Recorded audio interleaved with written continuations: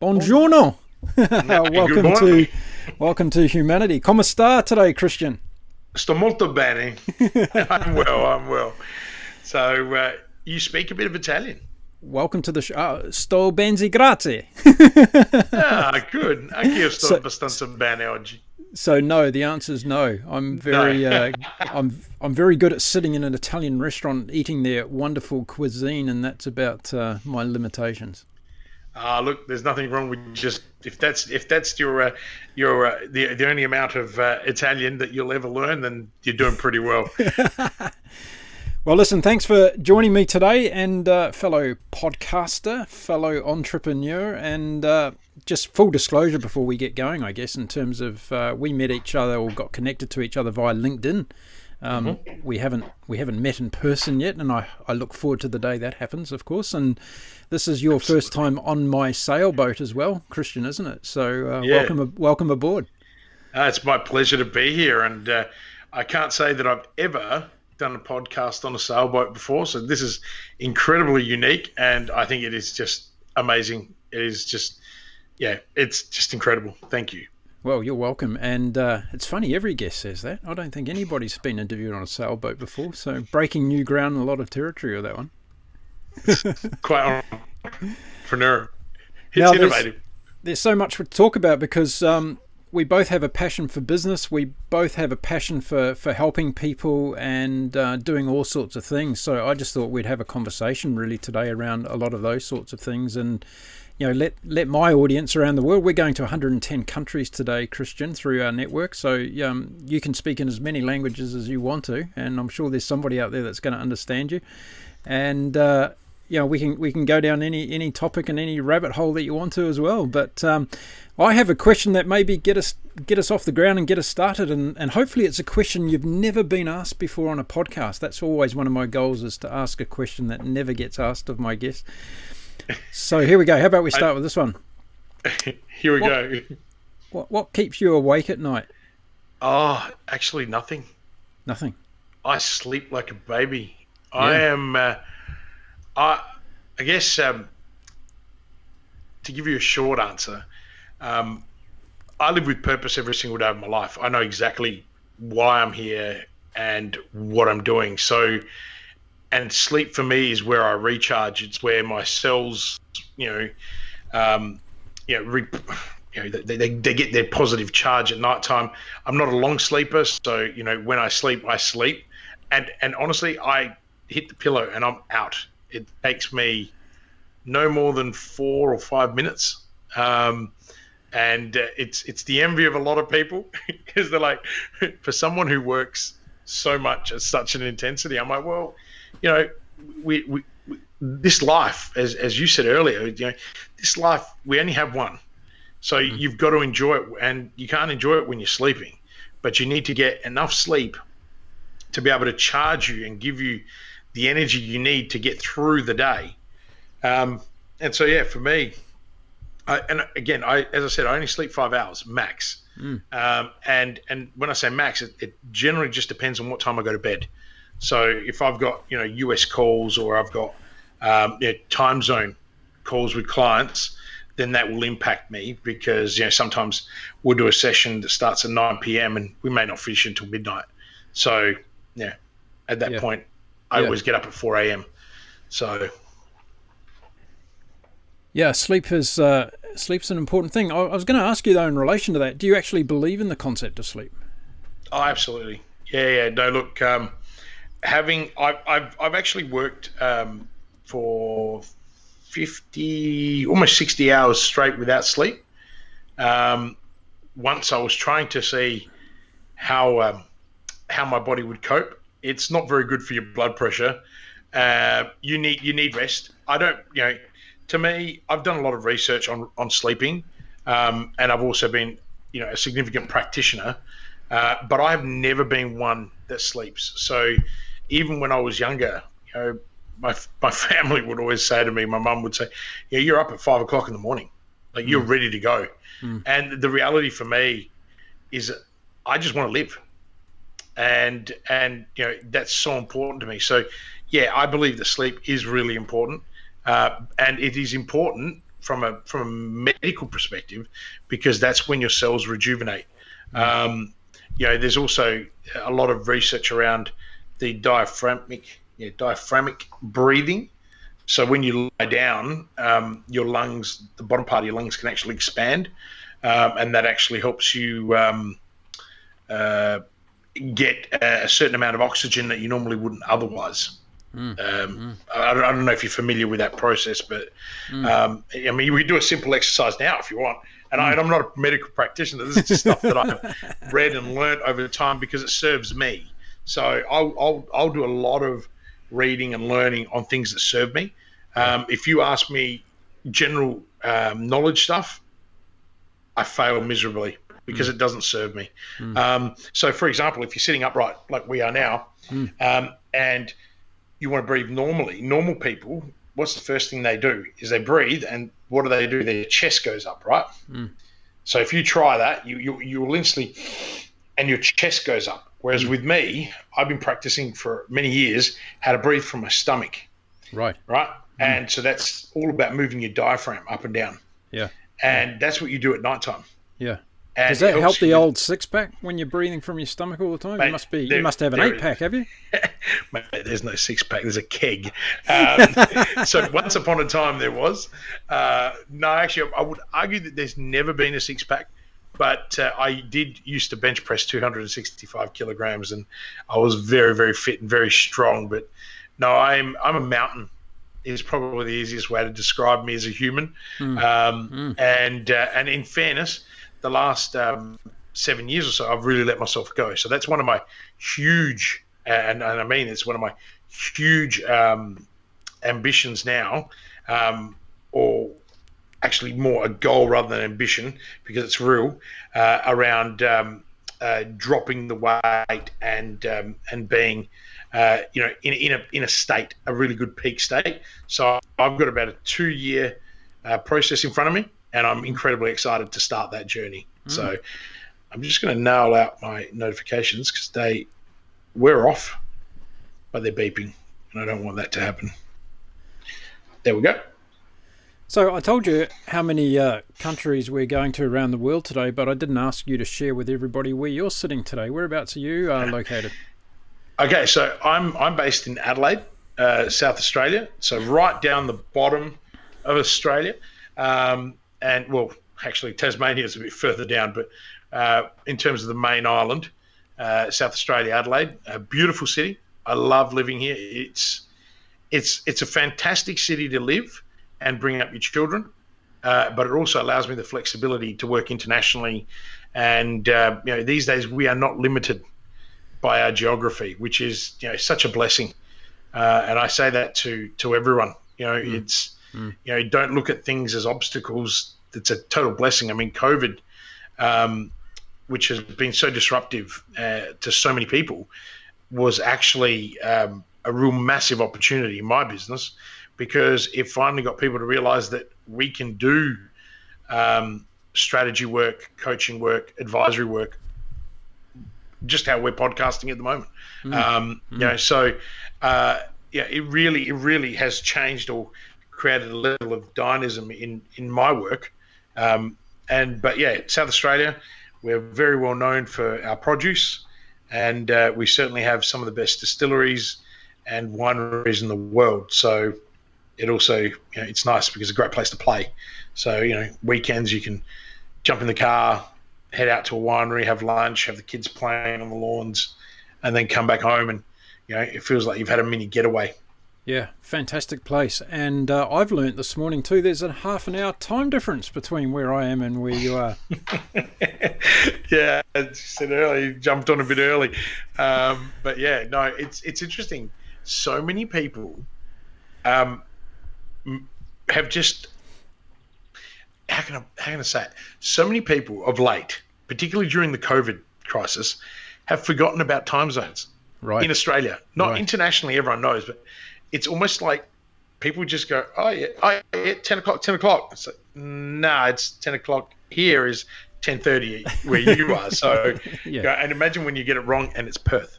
Yeah, right. Where they're 2 hours difference from us. So it can, I've had that where my phone's like called at 5 a.m. for a 7 a.m. call, and Right. I'm already up, so I'm already an hour into my day, and I'm like, hi, yeah, we're not on until 7. Yeah. And they're like, oh, right. And it's like, okay, you're all good, right? Yeah, no, good. And the difference is that time zone for them, 5 a.m. is actually a really bad mistake, because if I'm getting called at 5 a.m., it means it's actually 3 a.m. in Perth. Oh, so they've gotten up, yeah. just got their complete time zones wrong. So anyway, it's all good fun. That's a good piece of advice, though, for anybody that's looking at going to move to live in South Australia and run a business. Think about that, because it's going to be something you're going to have to deal with. Yeah, it's just the logistics of that, which often, and I dare say people would actually make a move anywhere in the world and go, okay, what time zone am I in now? They probably find out the hard way, right? Oh, they do. I mean, look, for anyone in business that really wants to, we started about 10 years ago. I was part of a startup that then went on to 8 figures. It was huge, and we built it in less than 3 years. And I was the director of sales and marketing. It's the only time I slipped back into corporate work. And I mean, there was incentives because it's a startup, but we went to nationalize the business, and we had offices in Perth and Brisbane, and that was one of my biggest challenges, was making sure that we had a customer service team that was available for all time zones. Right. And so, you can only work people in Australia for 8 hours, or 7.5, or if it's government, maybe 6 hours a day. Sorry for all the public servants out there. I hope there aren't any. Yeah. But the reality of that is they're real challenges, and it was not a difficult one to overcome, but it took some modeling to make sure that we weren't actually blowing our costs, particularly at that startup phase. And then fortunately for us, the market boomed, and we didn't really have to worry too much about having a 12-hour rotating shift. But it also allowed us to be really flexible and introduce 4-day working weeks, and allowing people to be more part-time, so therefore they could accommodate their families. So you just got to have a really big open mind to time zoning, especially when you're trying to nationalize, let alone just moving once. Interested to talk to you about the impacts of COVID in a business sense and also in a personal sense. But before we get there, I noticed that you label yourself as a serial entrepreneur. Can you define for us what that actually means? Okay, I was about to swear, so I won't. Let's just say that I'm just crazy.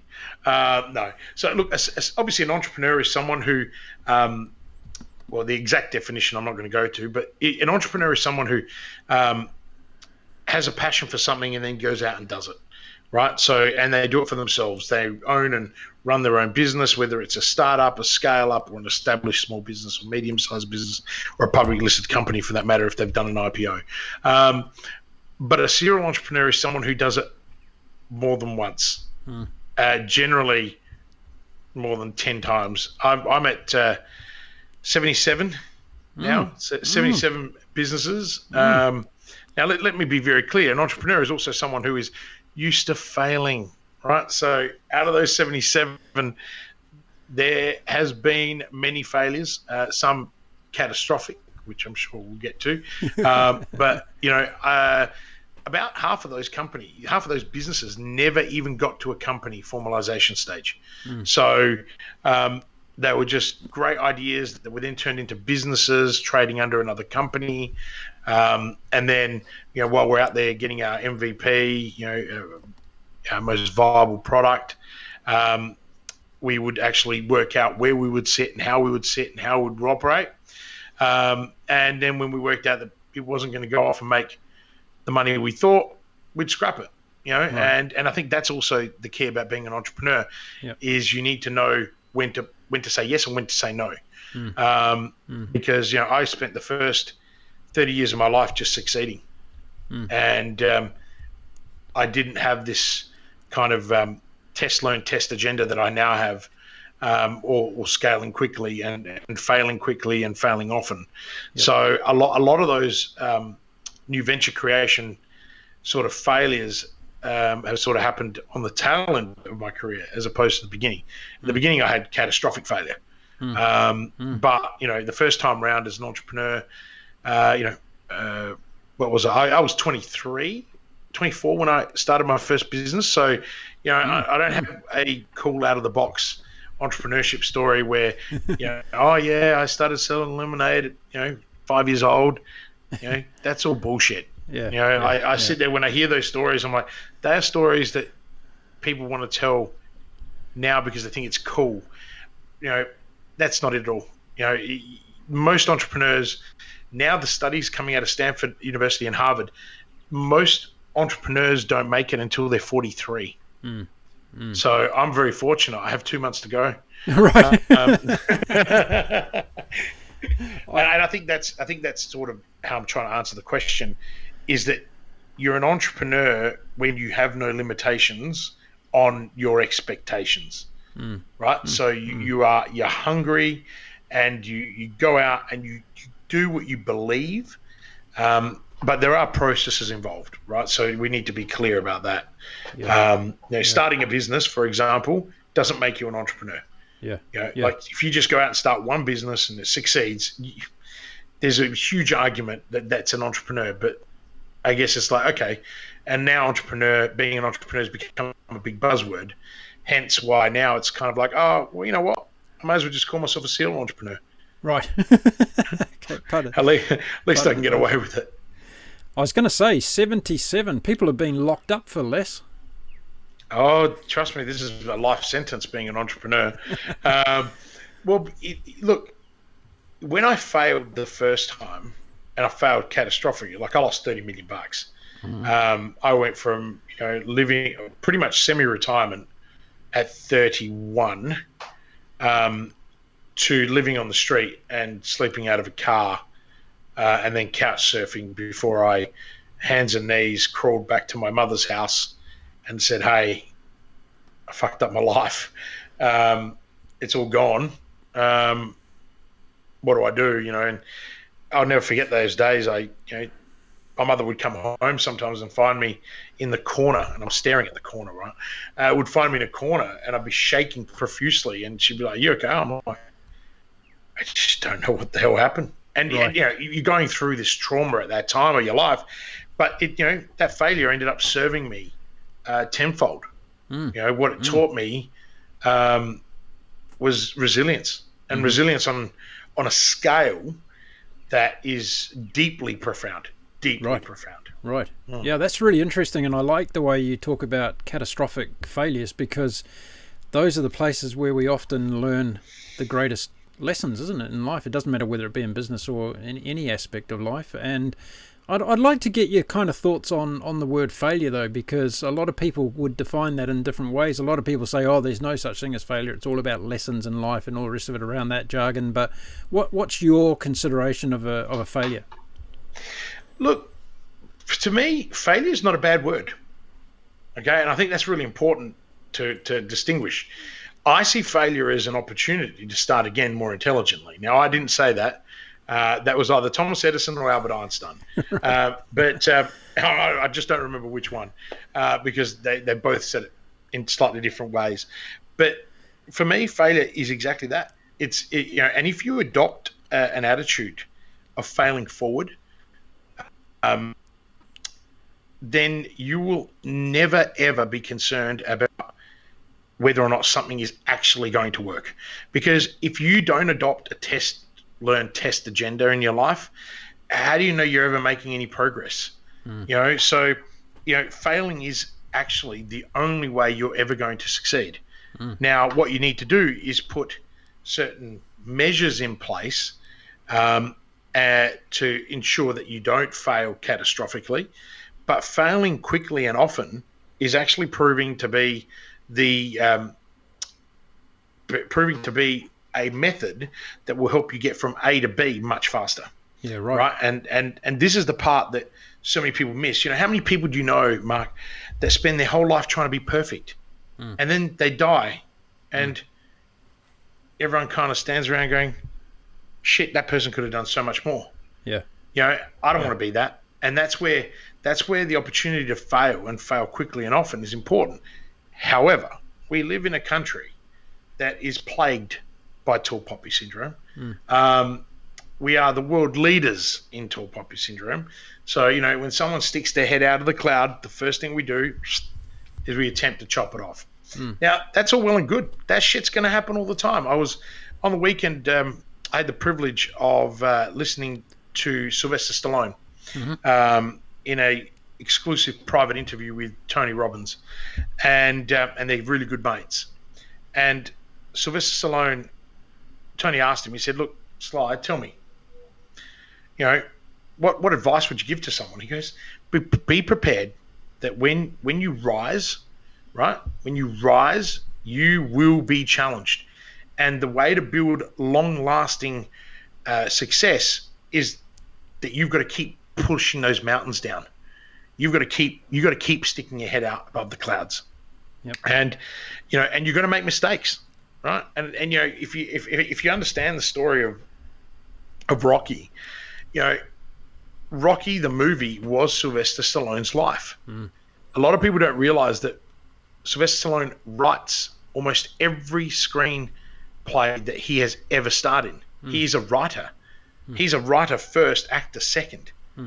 And I think that's a really good example of what failing forward is. It's the ability to wake up in the morning and follow your passion, follow your purpose, and not worry about whether it's going to work or not. Obviously, your goal is to make it work, but then learning from every little failure along the way. So the difference from my life pre-30, where I didn't fail at all, right? But really what I was doing was failing a lot. I wasn't seeing it. And then eventually I failed catastrophically and lost everything. Now I just fail more often and I fail quickly. And that's what's allowed me effectively to rebuild my wealth to the same level. This time it's actually built on stone and concrete and bricks and steel and foundations that will not budge. Whereas before, I built $30 million of revenue on a house of straw. Yeah. Because I wasn't actually seeing what I was doing along the way. Let me ask you this, because there's a lot of people that are probably listening to this going, okay, well, I've always been told not to give up. So if I'm into something and I believe in it and I've got a dream and I want to live that dream, I'm told not to walk away from it. I'm told to put in the effort, keep working hard, never give up. So what do you say in that context of, failure in terms of knowing when to walk away? Well, walking away is actually very courageous. So I don't see that as failure at all. Sometimes you have to walk away to win. Okay, and that's really important. I love that question, and I love answering this. Obviously, I do a lot of talks on failure, so this is my thing. And what I love is that I have been in many situations, like I said, where we'll start things and we'll invest, sometimes $100,000 into something to get it off the ground. But before we go and table, all the costs associated with it, we'll look at it and we'll test it. And sometimes we'll invest 15 to 20 grand. The biggest I've ever done is 100 and we've lost that. But normally it's between $15,000 to $20,000, and you go out and you have a look at it. And then you say to yourself, well, if it's not big and audacious and the key is that people need it, if your business does not solve a big enough problem for a big enough audience, then it's just a passion business. What are you doing? Right? You're never going to make money. And so being able to look at that and go, I need to get out of this now. That's actually success. That's not failure. Failure is to continue and persist with that. So that's not giving up, right? So it's a fine line, because giving up, right, is when you know you should be doing something and it serves people, and then you can't be bothered, right? Because see, most people give up just before they found out that they were going to be successful. Right. Now, Thomas Edison has a quote on that as well, that many of life's failures didn't know how close they were to success until they actually gave up. I mean, you think about this, Mark.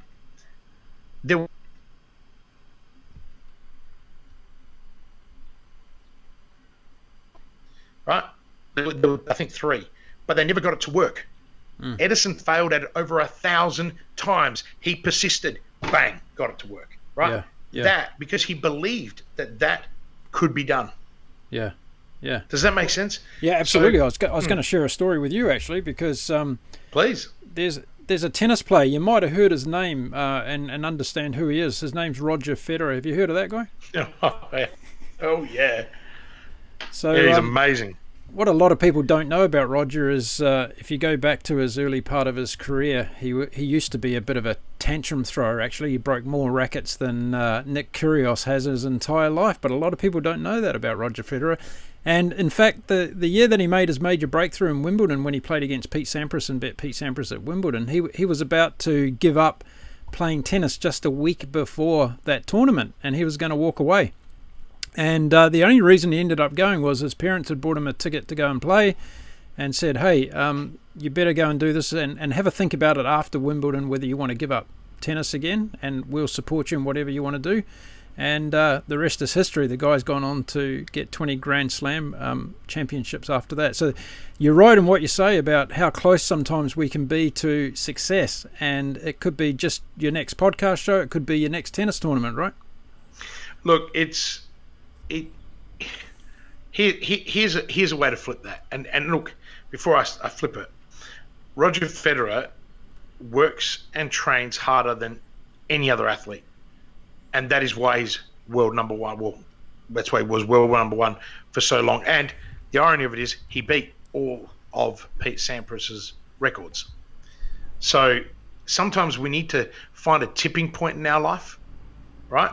And that tipping point allows us to go to the next level. And I guess this is where I want to flip it. When you are purpose-driven and you are passionate and you are certain about what you want to do in life, then are you ever failing? Because you are doing what you are destined to do. And this is the part that so many people don't quite understand. Before we got onto this call, I was writing some content. I'm actually writing what does success truly mean, and without giving away what I'm going to publish, but success is not measured by money. That is the biggest mistake, and it's the biggest mistake that people make. And I can say that because I had a lot of money and then had none. And you know what I realized? It's the relationships and the connections you have with other humans that define you and your success. And as I got older and I got into my 30s, and then I had the fortunate privilege of meeting my wife, my partner, Lucy. And then a year and a bit later, we had, our first son, Leonardo. And then we had our daughter 3 years later. Mate, that is success to me, right? Because they forced me to be outstanding. For a long time, Mark, I spent my life chasing excellence. It's one of my values, right? And as of this weekend, excellence is no more. It's now I'm going to be aiming to be outstanding. I demand outstanding from my clients, but I was only ever demanding excellence from myself. Yeah. And having a family made me realize, mate, if I'm only aiming for excellence, then sending my son to the best school in Adelaide, that serves its purpose. Because then I looked at it, I'm like, hang on a minute. My children are going to have choices when they grow up. I need to make sure that they can make the best possible decision with those choices. Yep. That is going to be, and so I'm putting the greatest expectation that I know on myself, and that is to be outstanding for my family. And to me, that's my measure now. It's my, it's my daughter. I love her so much. She left this morning, and she hates having her hair up. She never tries to dress as well. She tries to be like her brother, right? And she's not even 3. And she's super intelligent. She's super intelligent and beautiful like her mum. And she walks past, and she just looked delicious, right? She had this beautiful rainbow bow in her hair. Her hair was up. And she stood there at my door, and she opened it. And she said, Papa, I'm going, because my mum has her on Mondays and hangs out with her. And I just said, can you come here and give me a hug? Like, you are just amazing. And she waltzed over here, and just that is success. Like being able to hold your child in your hands and embrace them, right? Yep. With love. Now, I'm blessed that I've had the opportunity to have children. Yeah. To think that, if you speak to anyone that knew me 6-7 years ago, they didn't even think I was going to settle down, let alone have children. Right. So it's a huge transformational shift. But success is not just about children. Success is how happy you feel in life. It's a wellness thing, and this is where people get so caught up. Some of the happiest people that I have had the privilege of meeting have nothing because they have zero expectation. Yep. And they have 100% appreciation. Yeah, exactly. Right. That is probably the best thing I've ever heard. And again, I didn't come up with that. Yeah, no, let's go back to the whole tall poppy syndrome aspect in Australia, because I'm amazed by it. I'm not Australian. I'm not from here. I haven't spent hardly any of my time in my life here, but I'm really intrigued by the Australian culture when it comes to this whole tall poppy thing, because what's it based on? Like, is there some kind of formula out there that determines what a successful Australian should be achieving? Look, I wrote a paper on this some time ago. I actually believe it stems from the fact that we, in South Australia, and I'll use that as an example, we are the only non-penal colony in Australia. So there is a lot of old aristocratic family money that circulates, okay? And also there's this, you think of the people that came over here, and I think culturally that is a thing with all of Australia. We have all these immigrants that came over. Just to get, and this will give you the foundation of where tall poppy I think started. So you had all these established families that moved here and got themselves massive plots of land and built their wealth. And don't get me wrong, some worked really hard, some not as hard, but nonetheless they built this country. Yep. And then you had all these immigrants. So my relatives, my family, they all came over in the 50s after World War II. You had a batch that came after World War I, but predominantly World War II.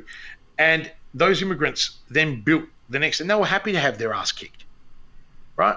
And be called wogs and be abused. And we look at cultural intolerances now, but we forget how bad it was just 50 years ago.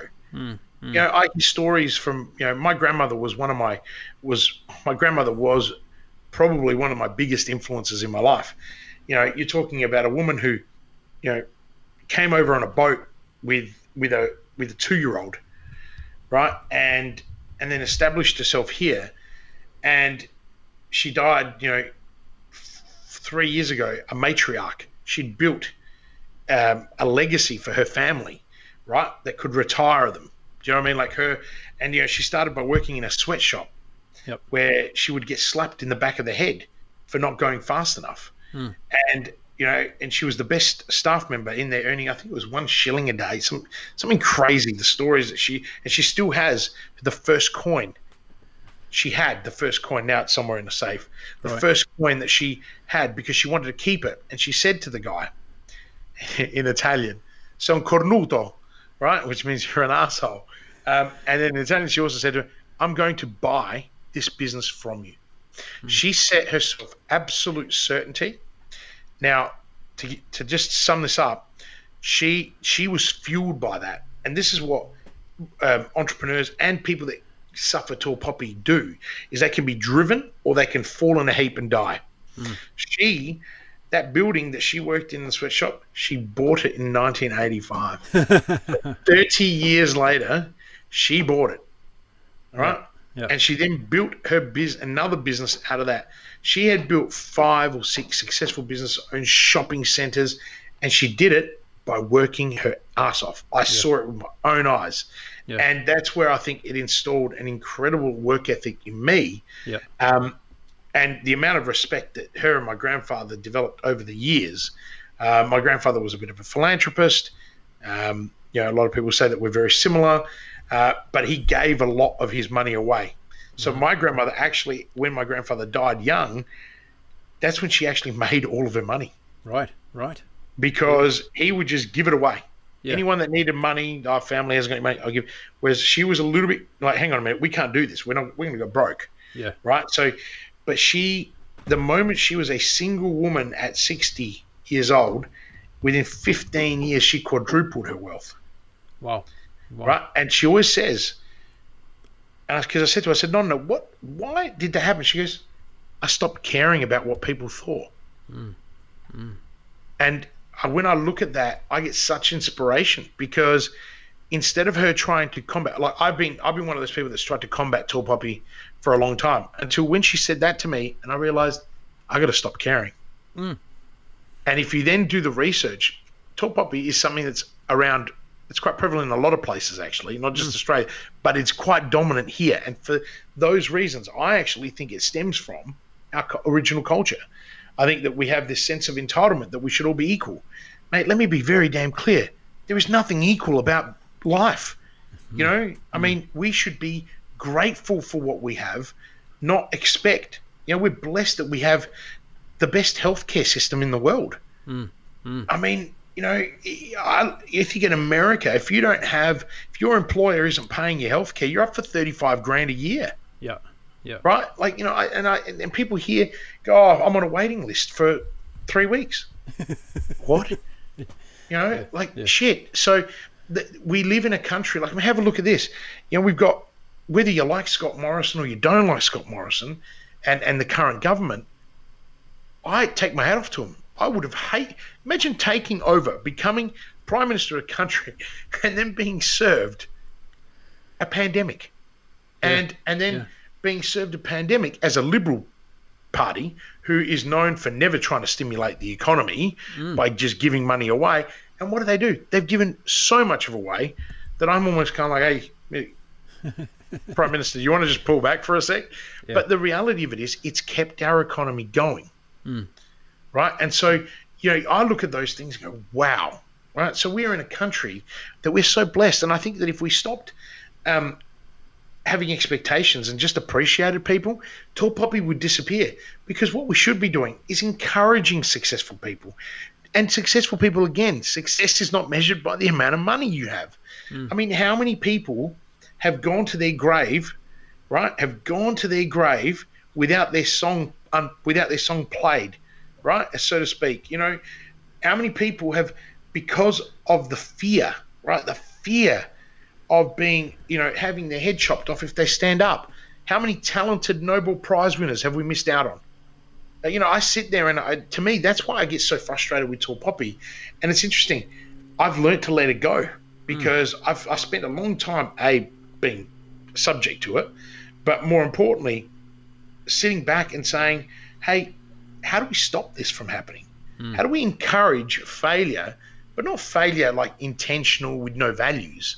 You know, that's fraud, that's theft, that's different. Yep. But how do we encourage people to have a go, Mark, and to not be fearful of actually making a mistake?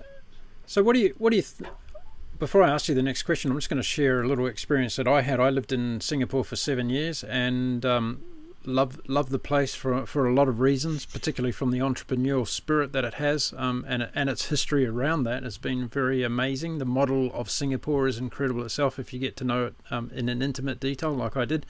But Singapore has a thing called the 5 C's. Have you heard of that, Kristian? The 5 C's? Yeah. Run them past me, because I used to live in Singapore too. So now I'm like, This is the way that Singapore measures its success at an individual level. So if you end up in Singapore with cash, credit card, condominium, country club, and a car, then you're deemed to be successful. Yeah. And their suicide rate is the highest in the world. Yeah. When I had for youth. Yeah, I was going to say it's actually Finland's got the highest suicide rate in the world. Yeah. But I was going to say, I found when I first heard that, the first time I heard that, I thought, wow, that's first of all really incredible to hear that a nation has embraced this concept of defining what success is at an individual level. I'd never heard of that before. And after a few years of living there, I actually challenged the system, and I actually went to the government of Singapore and I said, I'd like you to amend your Act of the 5 C's. And here I was as a Angmo, and known as a foreigner, of course, in Singapore, trying to impose my thoughts on how Singapore should define success. I said, listen, guys, if you're going to have this thing called the 5 C's, I think we should expand it one more step to include a 6th C. And if everybody grows up in this country with a philosophy of being a little bit more charitable, then you might have a well-rounded nation rather than people just wanting to earn, and be successful all the time. So I was laughed out of session, of course, but the fact of the matter was that I went to a number of schools around Singapore and started to impose this process of being more charitable, giving back, making a difference, being, as you've called it, philanthropic, Amazing. and making a difference. Because I think in terms of, there's a lot of nations around the world where Scandinavia is a very good example, where there's that philanthropic mindset, that giving back, that making a difference right from a very young age. And yeah, interesting conversation around the tall poppy syndrome. So what do you think the answer to it is? How do you think Australia can overcome that? And I'm not, as you rightly said, Australia's not the only country with it, but it is abundantly clear here that it's something that I know a lot of entrepreneurs from this country that have gone and lived overseas because they can't stand being here because they're successful. And I think that's a crying shame for the country in itself. Yeah, absolutely. And there is a lot of those. And they're also, and saddest part is, imagine if we shared their successes, shared their stories, how amazing would this country actually be? And we are blessed to be in an amazing country. So I don't have the answer. If I'd had the answer, I'd probably win a Nobel Prize. Well, no, probably not. But the point is, when I tried, you got to call out the bullshit, right? So the biggest thing is, like, having done a lot of work in the startup ecosystem, I was the entrepreneur in resident for a Sandstone University, and we had huge success in my 1 year tenure that I was there. We raised, the companies that were there raised over $189 million, and a lot of I get asked a lot, what was the secret? I said, well, apart from the fact that there were some exceptionally talented startups. And there was a couple of really big ones with big infrastructure projects.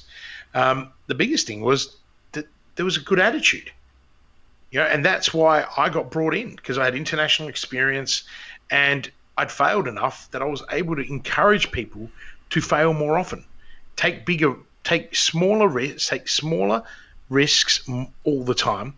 And I also, made sure that I knew that I was able to tell them, hey, you are going to get shot down if you get this wrong. Are you prepared for that? Yeah, absolutely. And that was the biggest difference. So, but because of that role, I got to see firsthand how quickly, particularly the media, right? The media are actually the biggest fault. And the irony of this is, and this is what drives me crazy, our most successful media mogul of all time, who's worth in excess of $70 billion. That's right, Mr. Murdoch, right? It's his papers that are out there criticizing the people that are actually having a go. Criticize the frauds. Criticize the people that the law has punished. But don't have your journalists go after agendas and write their own stories because bad news sells papers. So if you want to change the conversation, we need to change the way that they write papers. Imagine if we had a newspaper that only wrote about successful stories. The biggest dilemma with that is, would anyone buy it? Because, see, human nature, and this comes to my answer, right? So I'm not just blaming journalists. I'm saying it's human nature. Human nature, we want to see people fail because we feel better about ourselves. Right? The problem is that most people have self-limiting beliefs. And I know there's people out there that are going to be listening to this going, you don't know what you're talking about. It's like, well, actually, I've firsthand experienced it. Right? So I know exactly what it is. And it took me a lot. It hurt me a lot. At the beginning, it really hurt me. And then I realized, hang on a minute, I'm not the problem. The problem is everybody else who is having a go at me because they would never, ever have the courage, right, to be vulnerable enough to have a go. And, I love Brené Brown's work. I think she's amazing. Yep. She's an amazing woman. She's an incredibly intelligent woman and researcher. And, again, we need more people like that are changing the dialogue around vulnerability. And it's okay. Roosevelt, when he had his 1918, the man in the arena, which Brené uses as well. I've published some papers on that. You got to stand up and you got to put yourself in the arena. And yeah, you're going to get beaten up, you're going to get punched, but guess what? When you go to the grave, what's your creator going to say? Is he going to say, hey, Mark, you did a shit job. You failed so many times. Or is he going to say, hey, Mark, I'm really proud of you for actually having a go and living life. Yeah. Right? Opposed to the person who spent their whole life judging and criticizing. Yeah. Right? What do you reckon is going to happen when your creator, be it whoever that may be, you reckon they're going to get there and go, hey, you did an awesome job. You criticized and judged every single person. You're amazing. Come on, welcome. Come into my house. No. And you see, I get passionate about this shit because it took me a long time to understand this. Yeah. Because when I suffered depression, when I lost everything, and it was my fault, and I take full responsibility and accountability for my failures. But when you're being punched while you're down, that's not cool. Yeah. Right? Yeah. And then what happens is I'm one of the lucky few that says, you know what? I ain't going to stay down there for very long. I'm coming right back for you. And, I've come back and then I've got beaten up. And why? I have made mistakes. I still make mistakes today. Yeah. Right? Yeah. When you're standing on stage, sometimes you say the wrong thing. Right? Yeah. Like shit happens. Yeah. But I'm not going to allow it to define me. Yeah. But, the last time I learned that lesson was I only have to learn a lesson once, by the way. And now I'm really cautious. Right? And what I'm cautious about is staying absolutely specifically to the facts. So I'm really bloody happy about what happens, when people have a fair go at me. And that's fine. Have a go. From that, again, I just use that as an example. At that moment in my life, I had to make a decision. And this is a decision and I want to go back to the point you made about so many successful people that have left Australia. I was at that point in 2018, the end of 2018. I looked at Lucy, I looked at my 2 children, and I said, fuck it. And I sold 10 of my companies. I just went, I'm out, I'm going to pack it up. My objective is to get out of Australia. And, I'm not short of being offered jobs, so I thought, I'm going to go back into corporate. Once I've sold everything, I'm pretty much done. I'm semi-retired. I just need to get myself an income so I don't tap into what I've made. And I thought, and that's the conviction I had. And then this voice said, you can't go. I'm like, here we go, not again. And I'm like,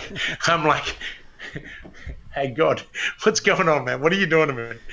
And it was deeper than that. It was like, what it was for me was the next step. And it was, you can't sit down and take these punches. So to answer your question, how do you overcome tall poppy syndrome?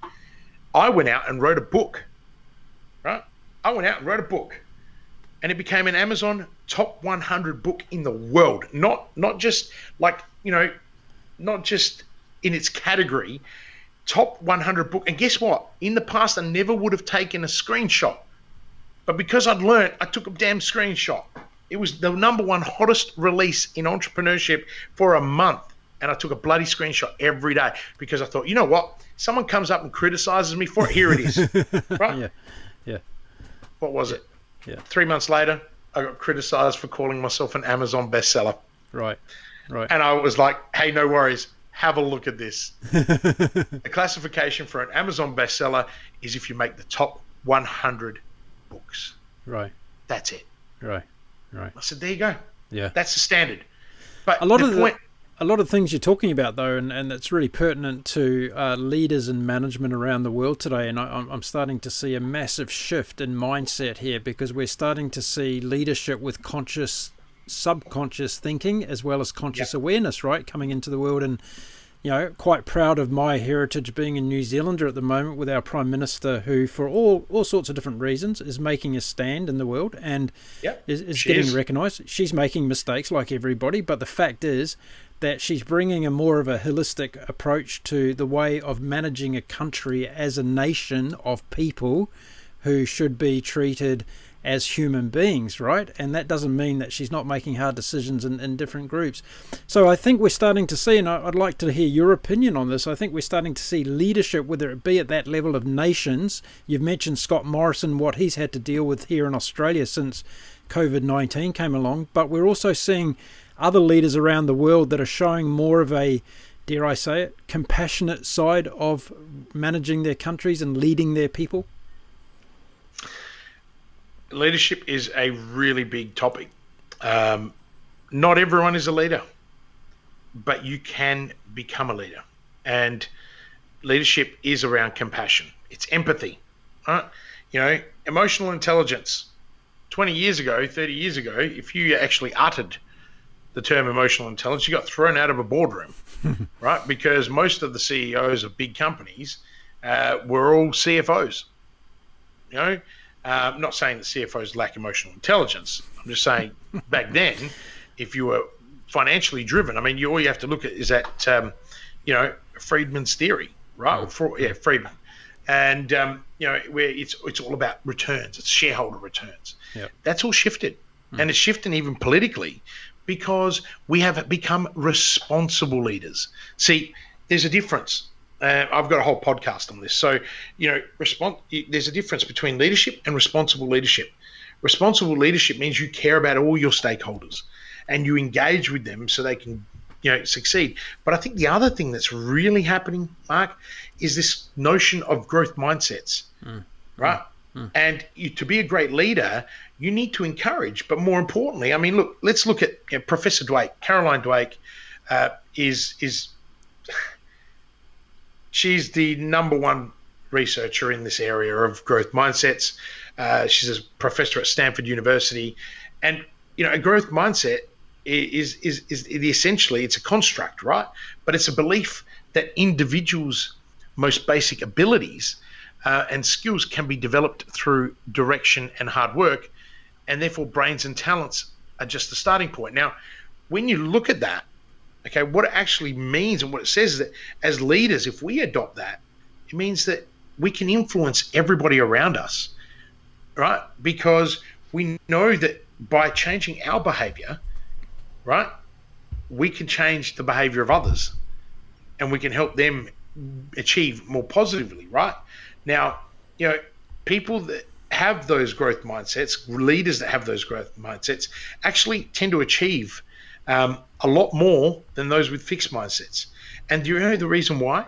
Because they worry less about looking smart and they put more energy into learning and actually taking action. Yeah. All right. So it really does follow through nicely from failure. Okay.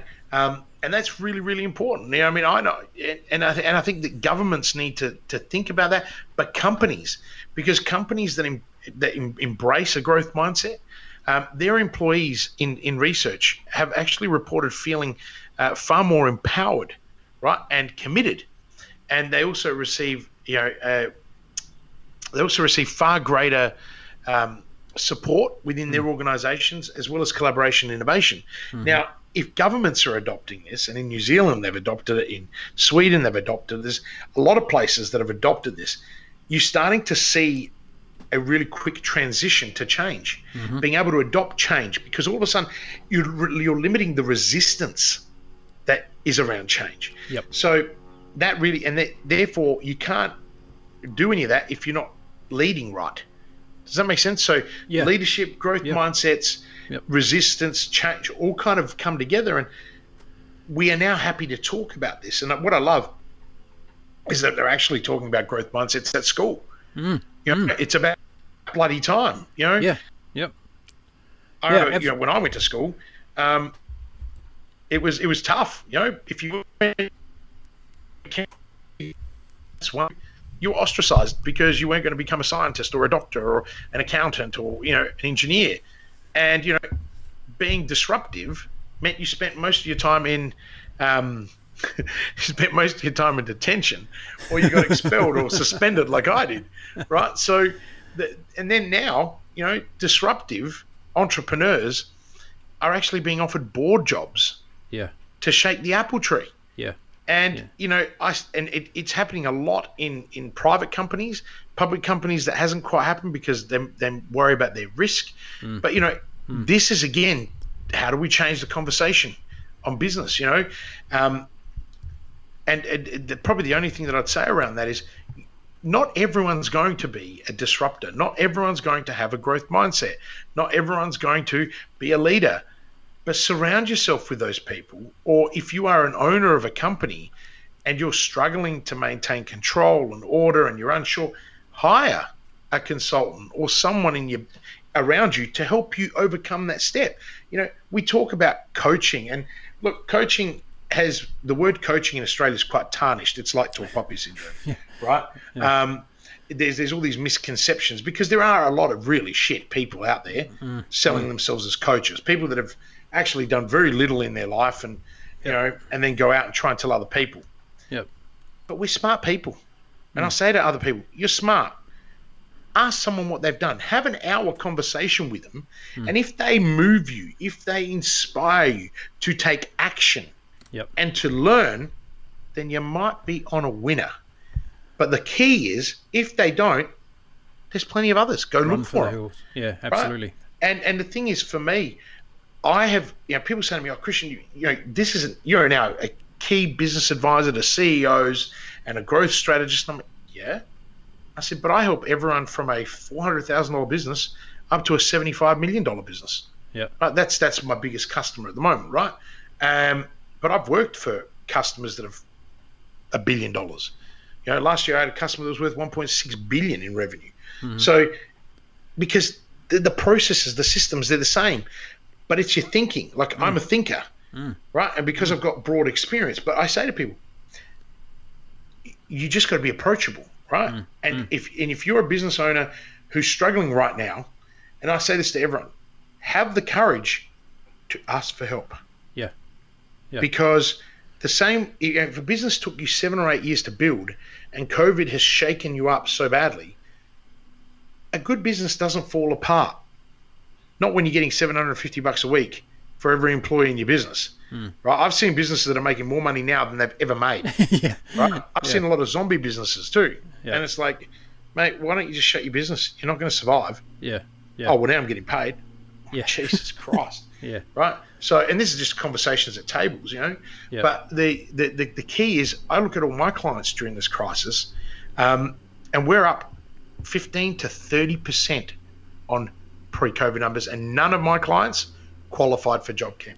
Right. Because when the shit hit the fan, they had one of the best guys in the world. Right? I say this with conviction, standing right there next to them. I'd failed, so I knew. I lost everything in the GFC. Do you think that I wasn't planning in January that we were going to be facing some kind of economic loss? Right now, it also helps. I'm chairman of a day hospital, so I was right on top of the medico side. I have to disclose that, otherwise it sounds like I just knew, like it was the moment. And think about it, 18 months earlier, I'd exited all my companies, so I went from 100 plus staff to 6. So people have already said to me, "Jesus, Kristian, did you know this was coming?" I said, "Man, that was just luck. That was was luck in abundance, right?" The universe put me in the right position. But if I had been running my own business, I wouldn't have been able to help the dozen or so clients that I had flourish and thrive. So I look at and this, I guess, takes me to where I'm going. I look at life very differently than most people now. I am where I am right now because that's where I'm meant to be. The universe wants me to be right there, just like you are.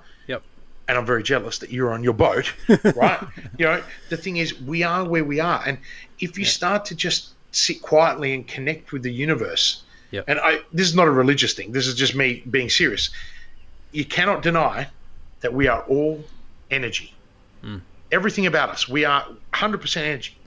If we didn't have an electric current running through our bodies, our heart would not beat. So and I'll share this with you because I've known this my whole life, but I've never been still enough to actually appreciate it. When I got rid of everything, remember I said to you I was going to leave? I didn't leave, did I? Right. And now I've built an incredible business, an advisory business, Yep. as well as 5 or 6 big companies, one in the US, another big project that we're moving to US. But I just said, I'm just not going to do Adelaide anymore. Right. That was the difference. I just went, line in the sand, I'm Yep. going overseas, but I can live here. Yeah. But what I did is I made a conscious decision, Yeah. right, to create enforceable change in my life and lasting change. But Yep. what I recognized was that when I got rid of all of that noise and I got to sit still, and let me tell you, the first 4 months were bloody hard because I went from a bucket load of cash flow to zero. Mm-hmm. I built an advisory business from scratch Mm-hmm. that makes me more money than any job that I'd been offered. Mm-hmm.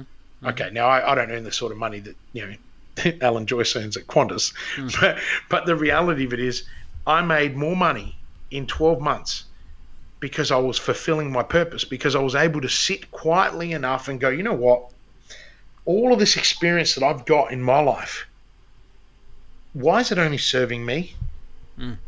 Why can't I go out and serve the world? Mm-hmm. And people say, yeah, but that's all well and good, you charge for it. I don't.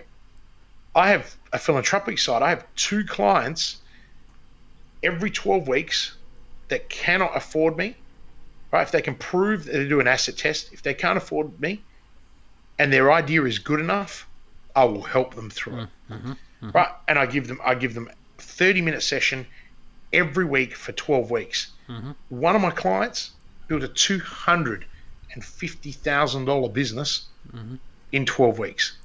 Fantastic. Right? I had another client who had a business and it was struggling. They couldn't afford me. I said, I'll help you for 12 weeks. Now I'm on their payroll. Right? So the whole idea is that you got to be in the right place for where you want to be in your life, but it comes back to this one point. We are energy. So I say to anyone listening to this call, if you've even remotely liked what I've said, the only thing I really want you to take away is just remember that you are made up of a whole bunch of moving parts in electrical currency. That electrical currency is everywhere. It's around us, right? You don't have to, it's not some voodoo blah, blah, blah thing. It's genuine. And when you sit still, and I know for some people, they might be going, dude, you sound like you've had an epiphany. I have, because for 40 years, I didn't sit still enough to recognize that there's just all this amazing stuff around us. And I know that sounds crazy for a guy who's had 77 businesses. I've consulted to over 500 companies in 18 countries. Yeah. And yet it's only the last 3 years, and I bring a lot of that, Mark. A lot of that I owe to Lucy and my children, because becoming a parent, I got the greatest responsibility of my life. Like businesses, they're okay. You can fail at them, but you can't fail your kids. Absolutely. And I grew up in a pretty shitty, abusive household. So, to me, and that's probably one of the biggest reasons why I didn't ever want to settle and didn't want to have children. And, everyone says to me, "You're really surprised, aren't you, Kristian?" I'm like, "About what?" And they're like, "That you're actually okay at being a dad." I'm like, "Yeah, I try." They're like, "Kristian, you're a really good dad, man. Your kids love you." But, I define my success by being able to take, I now can take my children to school every morning. Yep. I can pick them up, right? Yep. I can make them breakfast. Yep. I can do that. For anyone who's worked in corporate or has been on the hamster wheel of business, they are impossibilities for most people. My clients, I have 3 of them. They're women. I have a lot of female clients. Because women have to work harder than men, right? Because of all the other bullshit they've got to deal with, and as well as their mental load, right? So, and I love women that are driven and are feminine, right? Like they still want to have all of those amazing qualities and things. I have helped them from not being able to be home with their children to now having successful businesses that make really good money, and they can do all those things. Why? Because I did it for myself. And this is and all this came from just sitting quietly enough. Right. And sitting there going, hey, there's more to life than 20 businesses. So there goes back to the point about being a serial entrepreneur. What it was, mate, I was chasing significance. Yeah, exactly. Right. Whereas now I chase growth right? Spiritual growth, business growth, personal growth, and the other part is my service. Yeah. Right? Like I love serving other people. Yeah. Awesome. Right? Kristian, I want to say this, is that we have blitzed through our time without even me knowing it, and I'm going to have you back on the show again because we're only a quarter away through the story, and we need to get to the end. But I'm not going to let you go today without you answering this question, because everyone's listened to you in fascination, I'm sure, in terms of the amount of knowledge and wisdom you've got. But what's the crystal ball say for the next 12 months? What's going to happen? How do we go ahead in our businesses and our life, remaining positive and living in this new world? What's your thoughts around that? Look, there is no crystal ball, okay? But you got to do whatever it takes, okay? Now, I say that to you, Mark, but you know this, but I say it to everyone listening. You got to do whatever it takes. You've got to eliminate the self-limiting beliefs that you have, right? You know, if you think that COVID is a crisis, you're kidding yourself. COVID is an opportunity. Okay? It is an opportunity. The guys that have made the most money in their lives have done it during a crisis. Okay? Crisis spawns innovation. Now, don't get me wrong, it's tough out there. I know for a fact it's tough, right? But you can overcome tough, right? You imagine all these people that were running events. Let's take probably the greatest man on the planet in this space, Tony Robbins. Okay? He ran an event on the weekend because he was not going to allow COVID-19 to stop him serving people, because that is his motivation. So what did he go and do? He built UPW Australia, telecasted it in a virtual 360-degree experience, and changed people's lives when they told him 2 months ago it was going to be impossible. That is his business could have sunk overnight. You think about it. This is a man whose business is founded on live events, full immersion live events. If someone like that, just goes to show his mindset. But I use that as an example because I was blown away. I got to see it, and I was just like, "This is nuts." I mean, they sunk millions into the production. That's a risk. That's a massive risk when your business is hemorrhaging because all of a sudden you've got all this money that you've collected from people, but they come to an event, and all these people need their money back because they're not making enough money. He could have just sat there and gone, "Oh well, pack it up." 30 years of work gone down the drain. What did he do? Create the first 360-degree virtual experience, 11,000 participants. Wow. Right? And he still got to serve. Right? So my point there is the crystal ball is eliminate the self-limiting beliefs. Do whatever it takes. Right? Do whatever it takes. This is not about surviving. It's about thriving. Okay? People need to stop living in scarcity and think only for survival. Okay? That is a self-limiting belief. You need to look to thrive. Okay? I can say that because I was bang on broke and homeless. Right? And now I don't. You know, I got to remember, I also didn't have a degree. I'd never been to university. I got a master's degree last year. I graduated with a master's and got into Golden Keys, top 15% of academics in the world. I was told I was stupid my entire life, and I believed that shit. Yeah, but Mark, I believed that shit until 5-6 years ago when I went, you know what? I'm not stupid. And this is one thing I'm going to overcome. And I went to university, and I crushed it. Right? I crushed it. But in fairness, I got an MBA, and I'd pretty much done the MBA practically in business. So, you know, I'm going to put a caveat in there, right? But the thing is, I did it. So what I also say to people is, you got to play full out, man. Like, you got to play full out. You got to engage, and then you've got to go and gain your capabilities, right? If you know, COVID has created 6 months of an opportunity for you to go study something.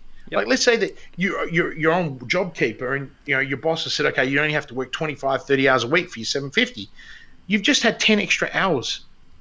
But do you know how many people have thrown that away and done nothing? Nothing with it, Right? And then they sit there and complain, oh, you're doing better than me. You got a better car than me. You live in a better house than me. I work harder than you, mate. Like, that's all it is. And that comes. And look, I'm really passionate about this stuff because I mentor a lot of underprivileged kids. Yep. And I see this in their patterns, third, fourth generation unemployed. These poor kids have got zero future because it's embedded. But if you can break that cycle, you can break anything. Absolutely right. So I look at it and say, gain your capabilities, and then, and this is the best one, get uncomfortable. Yes. Right? Yeah. Get uncomfortable and thrive. Yeah. If you're sitting back in your chair watching Netflix, turn Netflix off and go watch a YouTube channel. Look, Mark, you and I, we're seasoned. We're older, right? But I say to young kids, if you are playing video games, if you're playing Fortnite 24 hours a day, and then you want a career, you're a loser. Right? You've lost out. Because you could be sitting there watching a ton of YouTube content now that you and I never got the opportunity to see. Now, I'm dyslexic and I have ADHD. Okay? Now, I have outgrown those things. I've beaten those things. I've beaten them because I had to. I didn't have a choice. Yep. Right? Yep. And if I took medication, it zombied me out. So I had no choice. Yep. But I did it. And I did it in, being persistent. But I say to people, get uncomfortable, build your resilience, use this opportunity right now. So the next 12 months, you have a choice. You can die, you can survive, or you can thrive. Yeah. Right? And the way to thrive is to get uncomfortable. It's to do shit that none of your mates are doing, right? Unless you are in a successful circle. Yep. Like, I hang around with people who have not given up. Yep. I know friends that their businesses were almost looking like they were going to be wound up, and they rang me. They said, Kristian, come and have a look. And I'm like, are you actually asking me for help? This is like a first. I'm like, and they're like, don't put me down. I'm like, no, I'm about to say to you, you're very brave. You're standing in the arena. Thank you. I'll be there in 15 minutes. I'll drop what I'm doing. I'd go down there. I open up their books. I have a look at it, and I say, well, look, you can do this, this, this. And they just look at me and they go, how the hell do you know this? I said, you think that you're the only business I've looked at, right? But the problem is that you always have a choice. It's up to you to take it. Yeah. But you got to get uncomfortable. And if uncomfortable means being vulnerable, congratulations, you've just learned the first lesson about being alive. Yeah, exactly right. Impossible is nothing. That's what we'll leave it with today, Kristian. Impossible is nothing. Yeah. So, awesome. Listen, thank you so much for joining me. It's been a blast having you on, and we're going to have to do it again because there's so much else to talk about, and we've only touched the tip of the iceberg today, Kristian. So, thanks very much for joining me on the show here at Humaneity. Oh, mate, thank you. It's been a privilege and an honour to share your boat with you today. and I look forward to the next one. And as we say in the sailing life, fair winds, my friend. Live with purpose.